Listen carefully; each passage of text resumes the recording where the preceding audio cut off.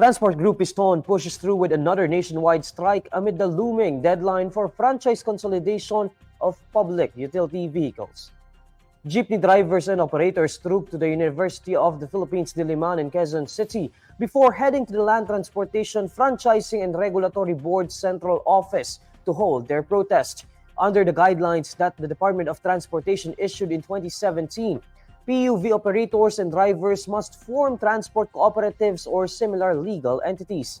Piston National President Modi Floranda says President Bongbong Marcos' supposed shift in stance regarding the government's PUV modernization program was unexpected. Last Tuesday, Marcos said the government will not be extending the December 31 deadline for consolidating public utility vehicle operators. In March, the president said that the modernization program is necessary to ensure the safety of public transport, but its implementation leaves much to be desired.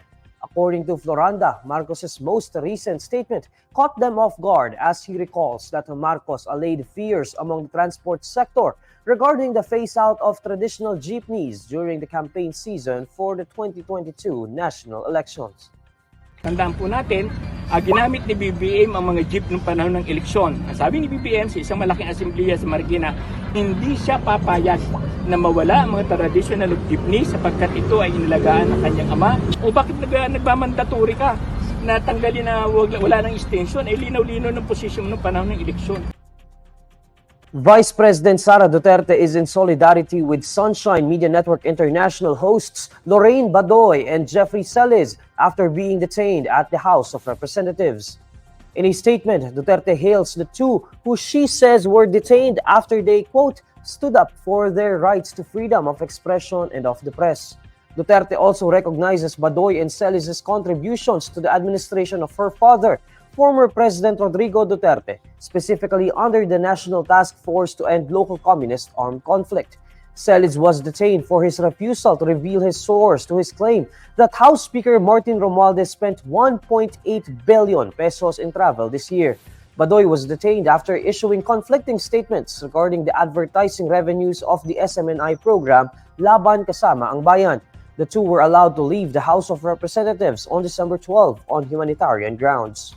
The Philippines, United States, and Japan call on China to abide by the 2016 Arbitral Tribunal ruling and desist from its provocative behavior in the West Philippine Sea. A readout from the White House says National Security Advisors Eduardo Año, Jake Sullivan of the U.S., and Akiba Takeo of Japan held a trilateral phone call to reaffirm the three nations' commitment to international law. According to the readout, the top security officials expressed concerns about China's, quote, dangerous and unlawful conduct, are urging Beijing to abide by the 2016 arbitral ruling and cease provocative behavior in the West Philippine Sea. China, in two separate incidents in early December, fired water cannons and conducted reckless maneuvers against Philippine vessels in the West Philippine Sea. For his part, Sullivan reaffirms the U.S.'s ironclad alliance commitments to both Japan and the Philippines. The three security officials are also eyeing another close trilateral coordination over the coming months, seeking to advance shared interests in a free and open Indo-Pacific.